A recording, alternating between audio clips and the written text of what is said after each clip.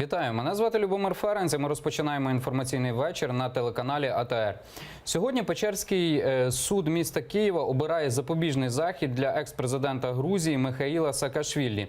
Судді мають буквально кілька годин до вечора, тому що саме сьогодні спливає 72 години з моменту затримання колишнього очільника Одеської облдержадміністрації. Нагадаю, що Саакашвілі інкримінує частину 2 статті 256 сприяння учасникам злочинної організації та укриття їх злочинної діяльності. Генпрокуратура стверджує, що Міхеїл Саакашвілі домовлявся з людиною Віктора Януковича Сергієм Курченком про фінансування акцій протесту. І зараз з нами на зв'язку є наша кореспондентка Олена Стецюк, яка знаходиться там під Печерським районним судом міста Києва. Сподіваємося, що ми зараз із нею встановимо зв'язок, тому що час від часу він падає і неможливо встановити контакт із нашими журналістами. Да, так мені... Олено, чи чути нас? Ми перебуваємо якраз на акції на підтримку Міхеїла Саакашвілі. Тут, в принципі, вона триває цілий день. У ці хвилини ми можемо почути, що люди слухають трансляцію із засідання суду. Там виступає якраз Міхеїл Саакашвілі. Люди якраз періодично протягом дня тут або слухали трансляцію, або тут лунала музика на імпровізованій сцені. Зараз вони зібралися ближче до цієї, так би мовити, сцени. Тут автівка, на якій знаходяться гучномовці, а також колонки. Зараз іде трансляція суду. Коли були перерви, тут виходили депутати, приміром, Юрій Дерев'янко повідомляв останні новини. Ми бачимо тут достатньо багато правоохоронців. Тут у кілька рядів стоять поліціянти, десь 3 ряди, 2 ряди Нацгвардія. Періодично проходить ротація, вони змінюються. Скажу, що так само до самої арки, де відбувається засідання, де, власне, сама будівля суду і відбувається засідання, туди не пускають ані журналістів, ані активістів. Люди якраз тут на тротуарі. Мушу сказати, що дорога не перекрита. Тобто проїжджа частина абсолютно відкрита, люди мітингують якраз тут.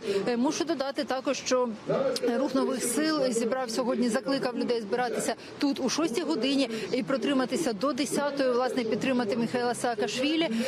Його прибічники все ж таки сподіваються, що він зможе приєднатися до людей і вийти сюди. Ось коли було під час останньої перерви, Юрій Дерев'янко ще раз говорив, що ряд народних депутатів готові взяти Міхеїла Саакашвілі на поруки.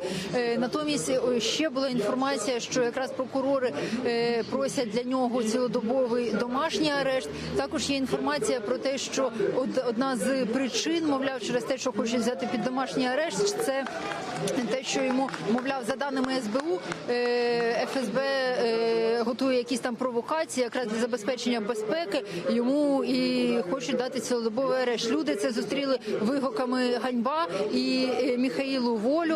Ось, власне, поки що це вся інформація, яку ми маємо. Дякуємо Олені Стецюк. Нагадаю, що зараз під Печерським судом столиці перебувала з останніми новинами і розповіла, що там відбувається, наша кореспондентка Олена Стецюк. А я нагадаю, що кілька годин фактично залишилося у Печерського районного суду міста Києва, а точніше суддів Печерського суду, для того, щоб обирати запобіжний захід екс-очільнику Одеської облдержадміністрації, а також екс-президенту Грузії Міхеїлу Саакашвілі. І також всередині в суді перебуває наша кореспондентка Ліза Цереградська. І якщо з'явиться можливість, то ми обов'язково покажемо, що відбувається у Печерському районному суді міста Києва. Ось ми бачимо, що зараз виступає Міхеїл Саакашвілі. Тобто він тримає слово, судді йому надали слово, що він виступив на свій захист і відповів на всі звинувачення, які йому висуває Генеральна прокуратура України.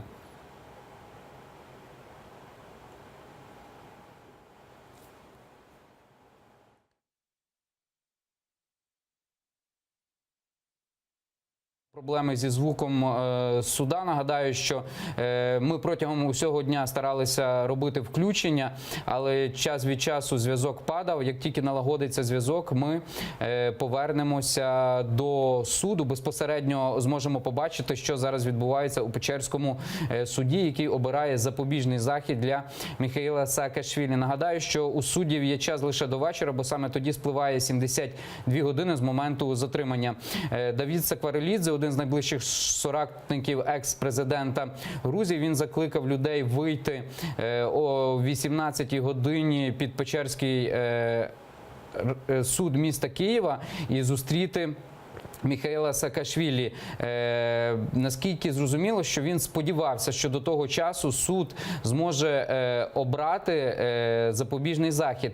Він мав би обрати запобіжний захід, але якщо Давід Сакварелідзе закликав зустріти усіх прихильників політичної партії Міхеїла Саакашвілі, а також безпосередньо його прихильників зустріти самого Міхеїла під судом, то його найближчі соратники сподіваються на те, що навіть запобіжний захід у вигляді домашнього арешту з браслетом він не буде прийнятим Печерським районним судом міста Києва. І у нас на зв'язку є Дмитро Розумков, політичний аналітик.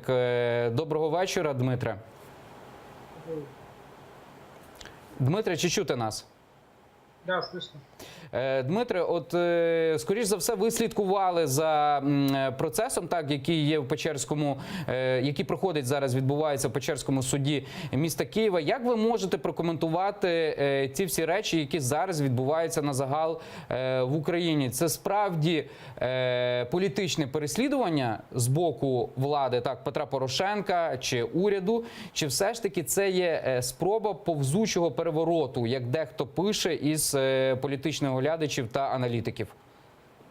Понимаете, у нас постоянно происходит следующий процесс. Когда возникают те или иные уголовные дела, притом это не связано только с Саакашвили или с кем-либо другим, у нас появляется такая формулировка, что это политическое преследование, невзирая на то, действительно есть для этого основания, или же, ну скажем так, это выступает в качестве защитной реакции тех или иных политиков. На самом деле сегодня говорить или о таком плавном перевороте, или о политическом преследовании не приходится. На сегодняшний момент есть уголовное производство, есть конкретные обвинения, которые прозвучали из уст, на минуточку, генерального прокурора Украины. Сначала на брифинге, потом в стенах Верховного Совета Украины.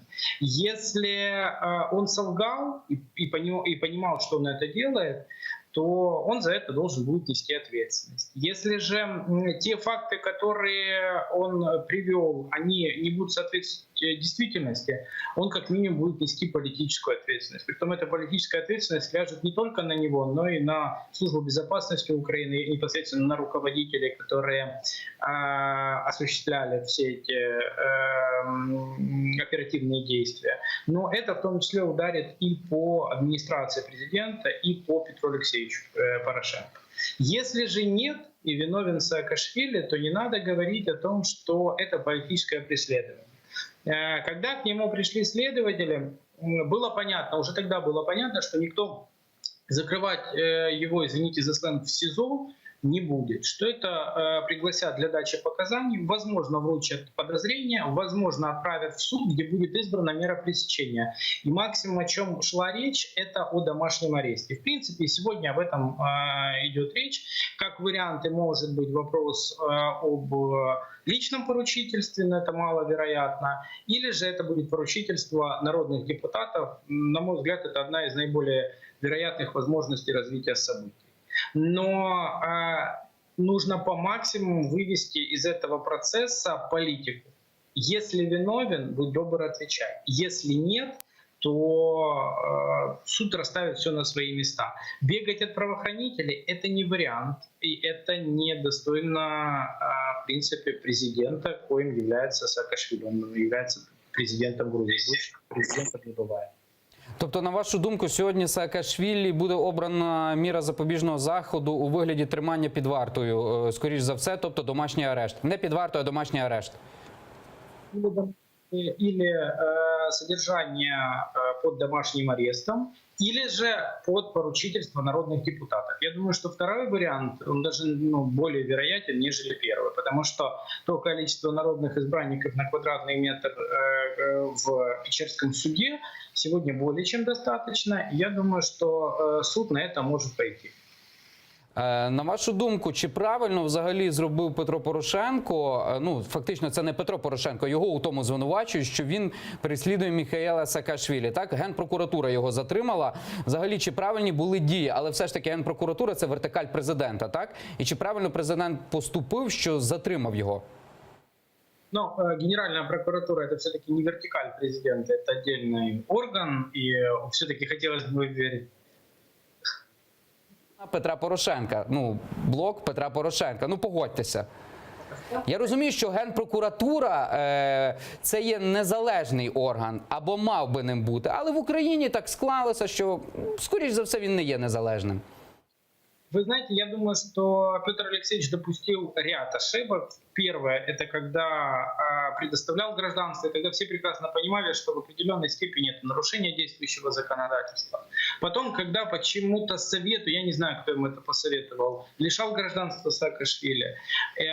И если это те события, которые мы с вами видим, они основываются не на уголовном производстве, а на политических амбициях, то, о чем мы с вами говорим, то это более чем ошибка. Если же это сугубо уголовное производство сейчас происходит, и все действия, которые осуществляются, не соответствуют той доказательной базе, которая есть, то назвать это ошибкой президента маловероятно. Но все, как это происходит, и как, в каком неприглядном свете в последнее время выступают представители наших правоохранительных органов, которые не могут выполнить свои должностные обязанности, в том числе задержать, доставить в суд, обеспечить правопорядок на улице, то, ну, скажем так, это бьет по всей вертикали власти, в том числе и по вертикали президента, потому что если Генеральная прокуратура — это как бы Генеральная прокуратура, хотя вы абсолютно правильно говорите, что подает генерального прокурора именно президент, то и служба безопасности, там ситуация аналогичная, главу службы безопасности в парламент на рассмотрение подает тоже президент Украины. От бачите, ми коли розмовляємо, ви також, коли коментуєте дії Генеральної прокуратури, ви також посміхаєтеся, так? Я думаю, що наші телеглядачі це бачать. Тобто ми не можемо говорити, що Генеральна прокуратура – це є цілком незалежним органом. І це також зрозуміло і з ваших емоцій, які видно на обличчі. Тоді ми можемо говорити взагалі про існування права в Україні чи ні? Вы знаете,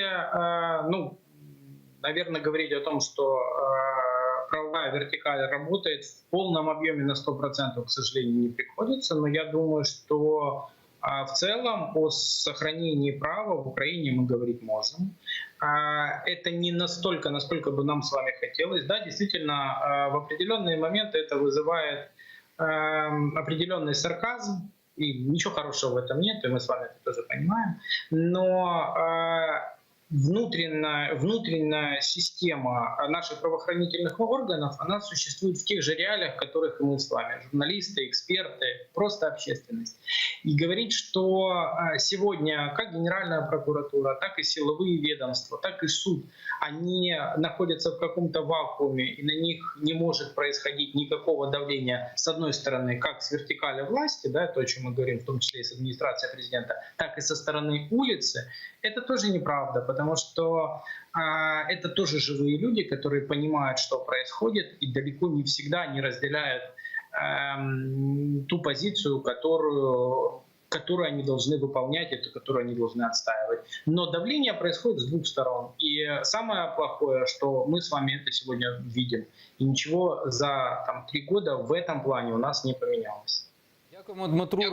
Дякуємо Дмитру Разумкову, політичному аналітику, з яким ми говорили про суд, який зараз проходить у місті Києві, а саме Печерський суд, який обирає запобіжний захід для Міхеїла Саакашвілі, колишнього очільника Одеської облдержадміністрації та екс-президента Грузії. Нагадаю, що у суддів залишилося кілька годин до вечора, бо саме сьогодні спливає 72 години з моменту затримання.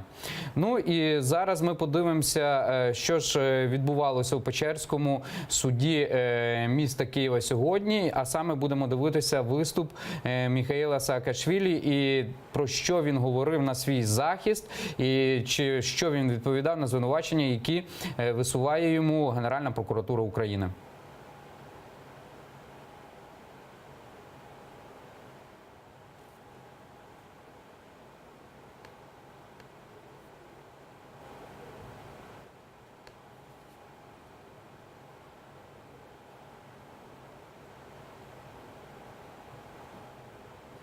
Ось ми бачимо виступ екс-очільника Грузії, а також колишнього очільника Одеської облдержадміністрації. Він активно щось пояснює, як завжди, емоційно.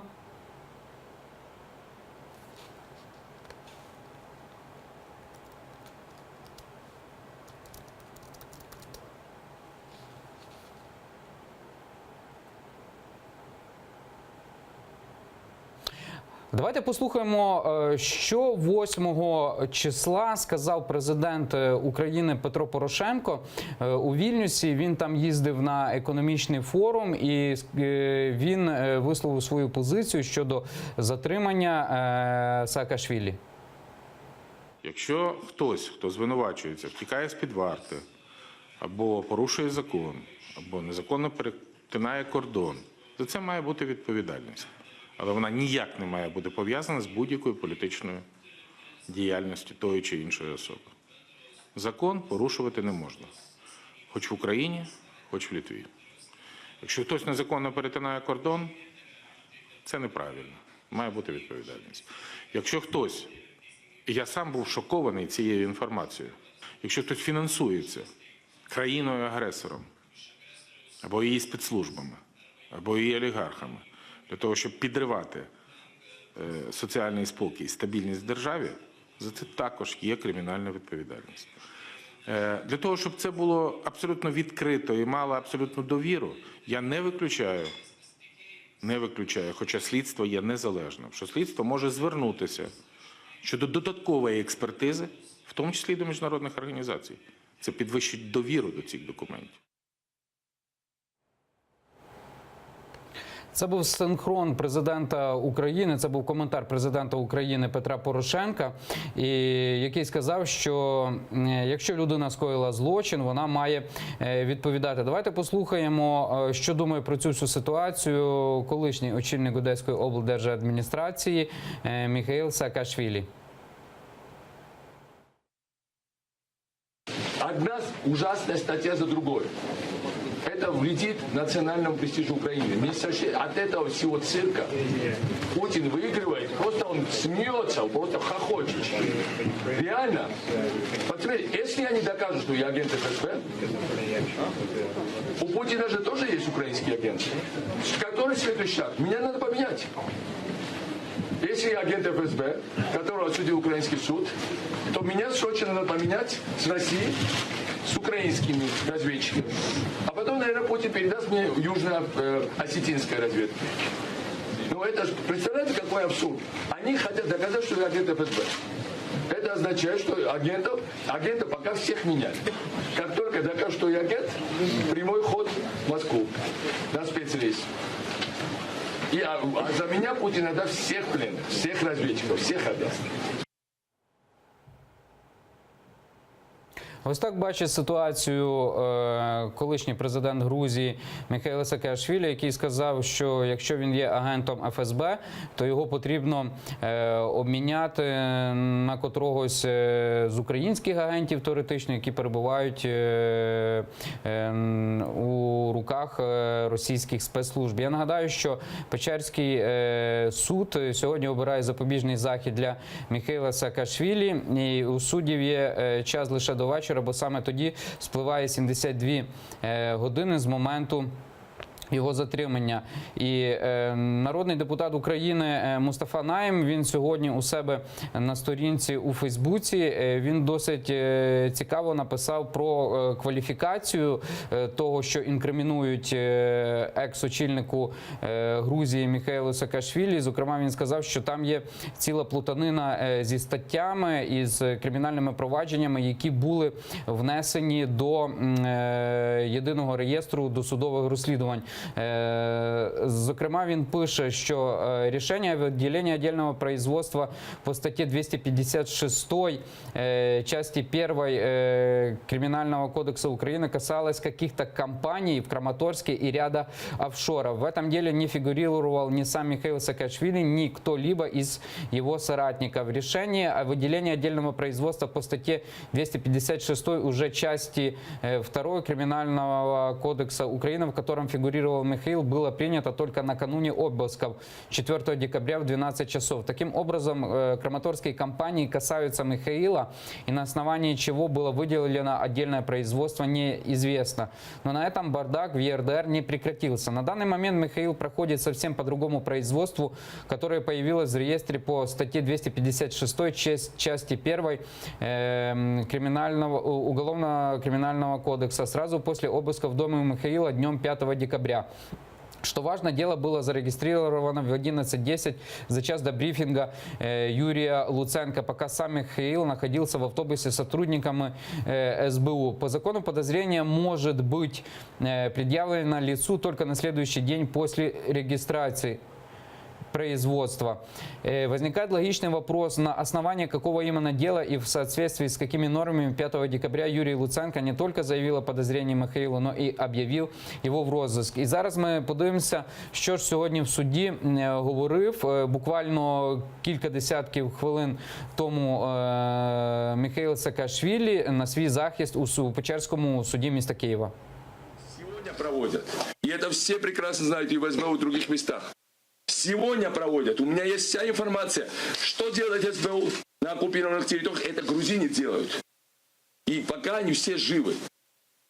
Потому что пока что ФСБ до них не добралась через своих бывших агентов. Но я это знаю. И это моя была инициатива. Поэтому, когда мне говорят о том, что я ФСБшник, извините, но намного хуже все, намного хуже это, чем вот эта вся билиберда, которая здесь есть. Это первое. Вторая история. Я хочу просто сказать, когда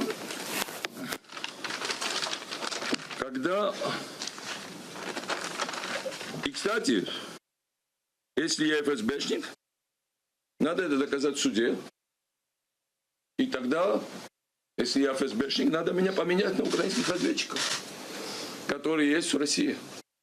Ну, конечно, Путин с удовольствием поменяет меня. Вот докажите быстро, и потом всех украинских пленных освободят, всех разведчиков освободят. Они пришлют несколько самолетов, чтобы меня вывести.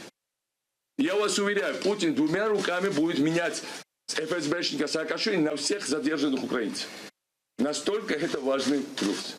И когда, и по конце концов, когда они смотрят то, что происходит в этом суде, когда они происходит то, что происходит, вот когда Путин знает, что я был в том же СИЗО, где Луценко в свое время сидел, Путин в экстазе последние несколько дней.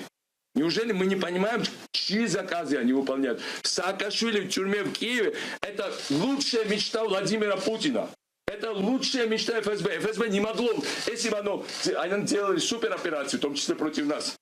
Никогда бы в жизни они не запланировали лучшую операцию, чем арест Саакашвили в Киеве. Вы не понимаете, в чем же вы участвуете? Вы есть все агенты ФСБ, которые в этом участвуют. Я в полной ответственности говорю. Вы есть оружие в руках врага.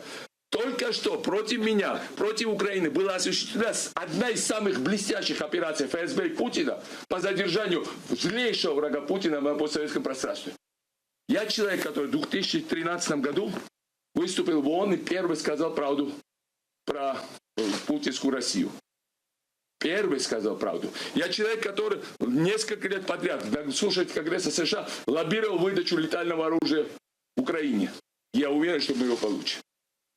И вот после всего этого у него поворачивается язык, называть меня ФСБшником, называть меня агентом врага. Поэтому мне кажется, что тут вопрос гораздо шире, чем то, что происходит. На самом деле, тут мы имеем дело с реальностью государственной измены и реальность работы на врага. И это происходит, это не теория. Еще раз говорю, Саакашвили в тюрьме в Киеве, это есть прямой план ФСБ, это есть прямой подарок Путину, и кто-то на Банковой решил Путину сделать этот подарок. Из-за любых мотиваций. Это первое. Второе.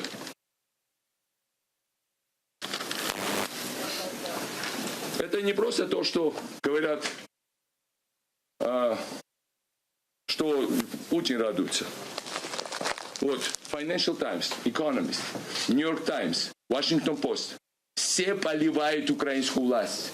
Вы думаете, что это Украина на пользу? Россия счастлива, а эти все несчастны. Все наши потенциальные друзья и союзники. А кто это сделал? Я сделал? Нет, вы сделали. Вы ничего просто не сделали. Вот ваша деятельность, ваши так называемые компроматы. Вот. Позор Украине, позор украинской власти. Нет, это не. Такой негативной пропаганды Украина не имела со времен второго Майдана. И это тоже я не прощу им. Потому что вся наша работа, которую мы делали, они пустили, вот, туалет просто слили. Реально. И это происходит на наших глазах, и это происходит в этом зале. BBC стоит, CNN, Associated Press, Euronews все время освещают в прямом эфире. И что они освещают? Позор Украине, украинской власти.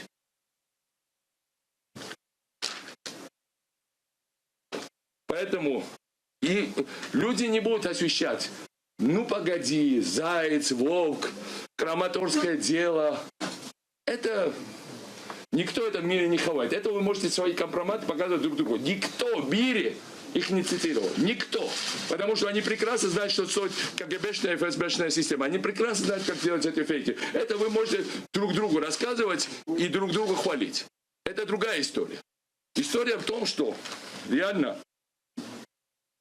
Знаете, что нам сегодня рассказали? Что если человек пользуется Вайбером, вы пользуетесь Вайбером, вы преступница. Вот они нам рассказали, что если у вас Вайбер, если вы говорите по Телеграмму, по WhatsApp, это уже подозрительный, вы преступник. Нам рассказали, что если вы с одной машины пересели на другую, случайно, вы уже запутываете следы, вы преступник. Вы понимаете, к чему они клонят? Что человек не имеет свободной личную жизнь. Они говорят, ущерб обществу. Они разговаривают на специальных программах. Ущерб не обществу, а из-за защиты от вас. От криминалов, в том числе защищающих государственные органы, и от частных криминалов. Мою личную жизнь. И вот не ваше собачье дело, мою личную жизнь. Я разговариваю с Сандрой или с моими друзьями, не ваше, это собачье дело. И вы не можете мне указывать. Нет, я хочу закончить. И не ваше дело мне указывать с моей женой на каком программе разговаривать. Не ваше дело украинцев запугивать тем, что они разговаривают, потому что вы сами разговариваете. И последнее. Они говорят, 210 тысяч долларов не хватило. Если бы зашли 210 тысяч долларов... Кстати, где деньги, Зин? Денег нет. Но вот если бы зашли...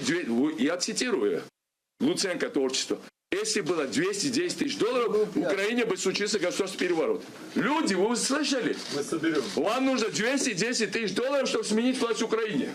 210 тысяч долларов. Прокуратура официально 200 тысяч долларов. Давайте собирать.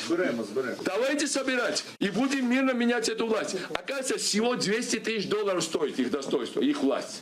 Они это только что говорили. Я их цитировал. И потом.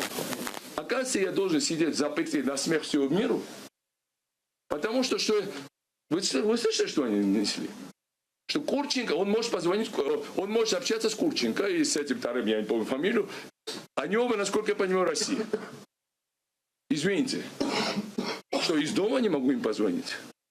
Логику, вы слышали, что они говорят? Если он выйдет из дома, он будет общаться с Курченко где? В лесу, в Тернопольском. Мне же говорили, что они где-то в России, они общаются по спецсвязям. Я могу спецсвязи общаться из дома. Это первое. Второе. Оказывается, меня должны беречь от того, что меня могут убить. Извините, пожалуйста, когда вы платите деньги налогоплательщикам, чтобы за мной следить последний год-полтора, не могли бы вы мне выделить 2 охранников, дорогие СБУшники?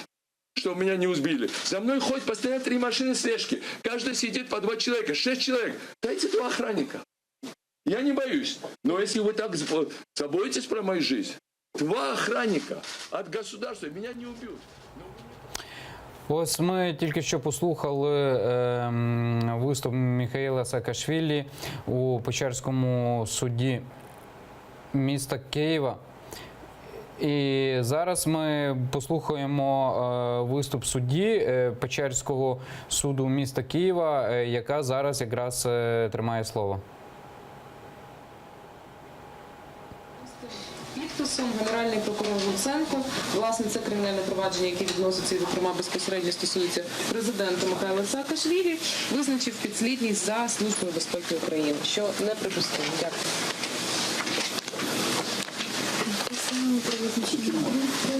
Про визначення підслідності у кримінальному стані 48-73.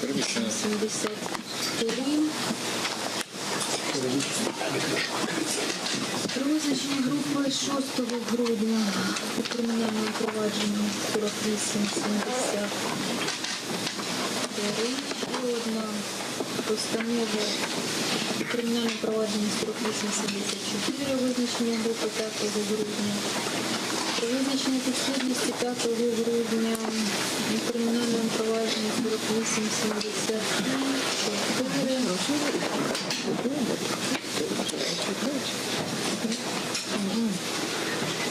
Про призначення прокурорів у цьому провадженні, яке тільки що зазначила.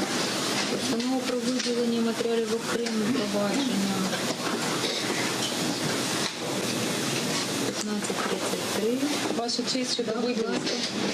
Так само хотіла б зауважити, оскільки провадження 1533 від 18.05.18 року – це так звана офшорна справа, як я її називала. І хочу зазначити, що всі процесуальні рішення відповідності до вимог Кримінального цивільного кодексу мають бути обґрунтованими.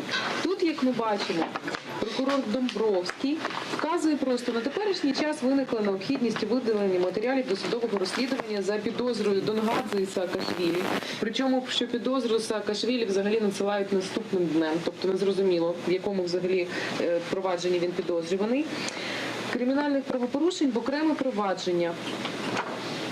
Таке виділення в окреме не може негативно вплинути на повноту досудового розслідування. Що це за провадження? Які підстави, які обґрунтування, власне, необхідності виділення з одного провадження в інші. Зараз ми маємо 3 нових фактично ЄРДР, не зрозуміло, і ми хотіли на це звернути увагу. Будь ласка, не доведе. По черзі. А що сторона захисту звертає на це увагу, то я хочу повернутися до сторінки 11, що ви суд відкрити, будь ласка. Сторона захисту багато на цьому акцентувала, однак вона не звернула увагу. Раніше вона зачитувала, зробила вигляд, що не звернула увагу. У вказаному кримінальному провадженні воно розслідується з 18 травня 2017 року. За фактами у нас розслідується сприяння учасникам злочинної організації іншими особами, які в тому числі зазначені в даному обвинуванні. 6 жовтня нам надійшли матеріали, і ми в рамках, оскільки фігуранти одні і ті ж і між собою пов'язані, продовжили досудове розслідування та документували злочинну діяльність цієї вже групи. В цій фабулі чітко видно, що це 2 різних епізоди. Перший епізод – це за фактом повторного сприяння інвестованими особами діяльності злочинної організації підприємства Януковича шляхом підроблення документів. Так, дійсно, це є. Просто ЄРДР сам по собі не дає можливість натиснути Enter і розбити на 2 абзаци цей факт. Захисник це читала, чомусь вона вирішила його не звернути на це увагу. За фактом, останнє речення, через крапку, за фактами сприяння окремими особами, учасникам злочинної організації та укриття їх злочинної діяльності. Враховуючи, що кримінальне провадження розслідується щодо фігурантів даного провадження, долучено було до матеріалів цього розслідування інформування та розпочато документування, в тому числі і цих фактів. Тому розмови про те, що там якісь інші провадження там і так далі, сторона захисту неуважно мене слухала в моїй відповіді і до повідомлення про докази. В рамках одного провадження здійснюється документування цілого злочинного групування щодо сприяння учасникам злочинної організації. Це ЄРДР видно. Ну, було б краще видно, але ЄРДР не дозволяє робити ентер і розбивати це на більш конкретні розподіли і абзаці. Ваша честь. Достатньо. Ваша Саш, честь. Я зрозуміла ваше зауваження і заперечення також. Ні, ваша честь. Достатньо. Постанова про доручення здійснення досудового розслідування 5 грудня. Було доручення 4881.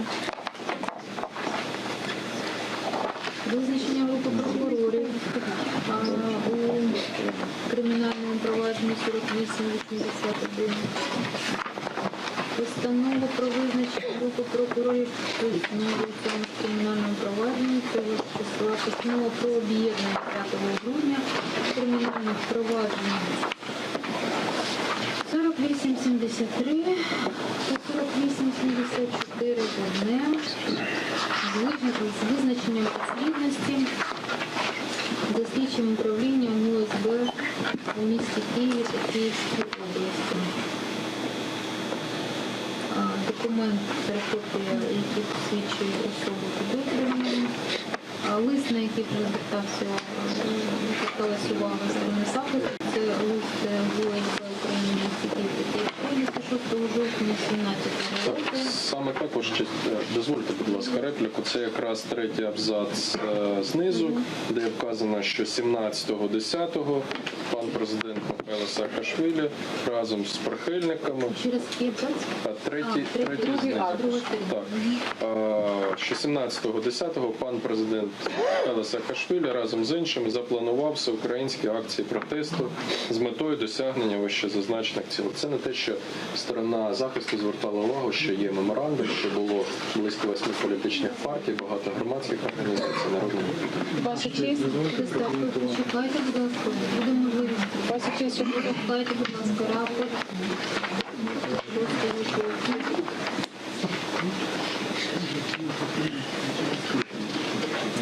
Ще один рапорт.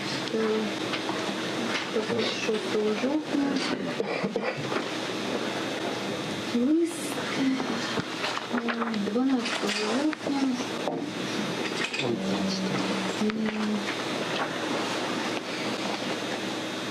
Інформативного характеру.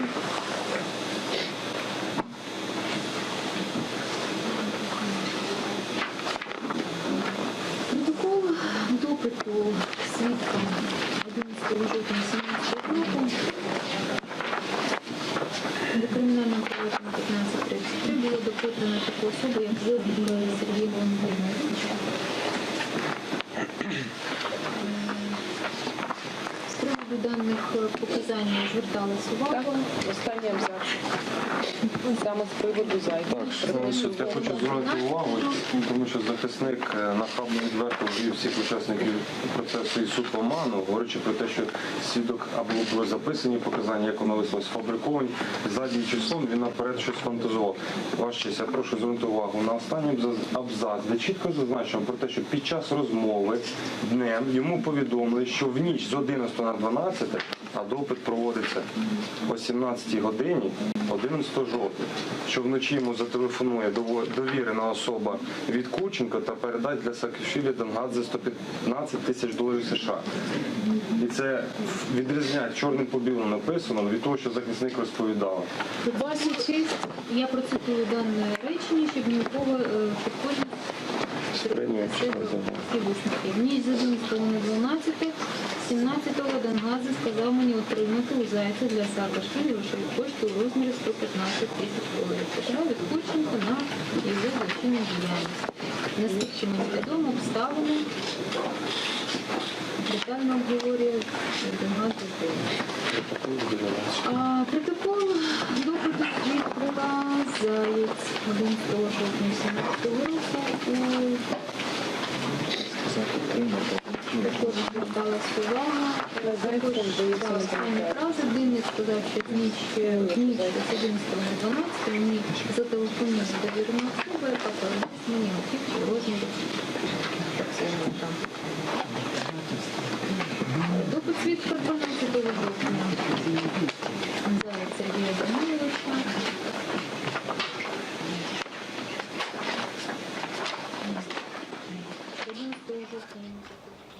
Це були події, які зараз відбуваються в Печерському суді, де з 12:30 сьогодні суд обирає запобіжний захід для Міхеїла Саакашвілі. Нагадаю, що у суддів є час лише до вечора, а точніше до 10-ї години, бо саме сьогодні спливає 72 години з моменту затримання. Мене звати Любомир Ференц, і ми повернемося у цю студію вже після новин і будемо продовжувати розмову, яка стосується справи колишнього очільника Одеської облдержадміністрації Міхеїла Саакашвілі.